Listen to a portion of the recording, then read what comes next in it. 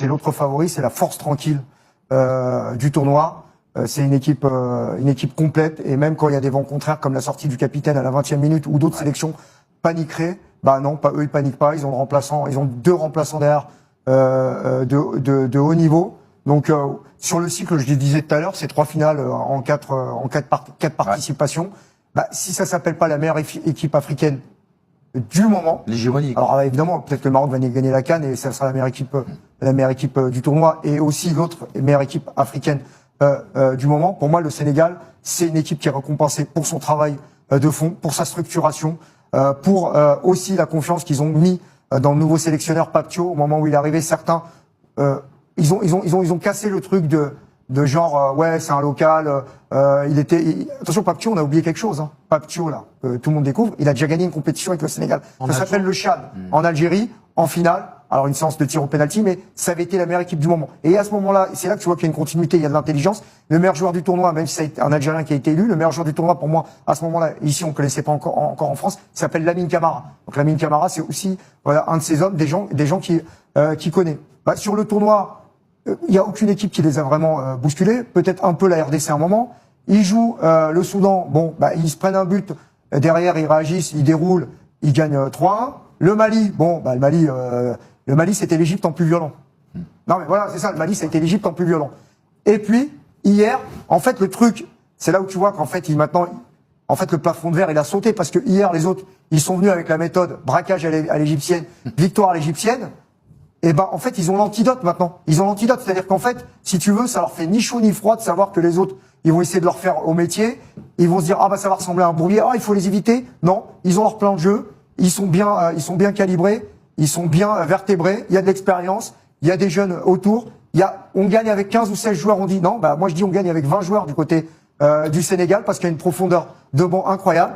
Ils ont l'antidote et ils ont trouvé le poison, et le poison, il s'appelle Sadio Mané, qui a qualifié très logiquement cette équipe du Sénégal. Et moi je vais éviter les grandes phrases, oui c'est le football qui a gagné, c'est le football qui a été récompensé et tout. Non, c'est simplement la meilleure équipe qui a gagné hier, et c'était le Sénégal. Ton avis, Tite, sur ce match, et plus largement, on l'a dit, sur le parcours justement du Sénégal. Ah, c'est un match où on s'est très rapidement rendu compte que ça allait être l'éloge de la patience, que ce soit d'un côté comme de l'autre, et avec des stratégies différentes, mais globalement il allait falloir avoir les nerfs solides, et puis que ça allait se jouer tardivement, que la notion de chronomètre finalement elle était très relative. C'est un match qui a mis du temps à démarrer, mais on a vu très rapidement en fait quelle allait être sa configuration. C'était la configuration attendue, un Sénégal à l'initiative, une équipe d'Égypte dans une position d'attente, mais sans subir excessivement, je trouve, notamment sur la première période. Sénégal qui avait l'approche un peu méthodique, presque scolaire, qui a essayé de faire circuler le ballon, de déplacer le bloc égyptien, de générer des espaces, mais à partir du moment où cette équipe des Pharaons s'est quand même trouvée tactiquement, on en avait parlé lors d'une précédente émission, l'évolution entre le 4-2-3-1, puis le 4-2-4, puis le 3-5-2, puis le 3-4-1-2, qui fait qu'on avait l'impression que cette équipe aujourd'hui elle était mature, mais donc des difficultés pour mettre du rythme du côté sénégalais, de trouver des décalages, pas mal de centres, notamment de Diouf sur le côté gauche. Donc il a fallu montrer de la patience.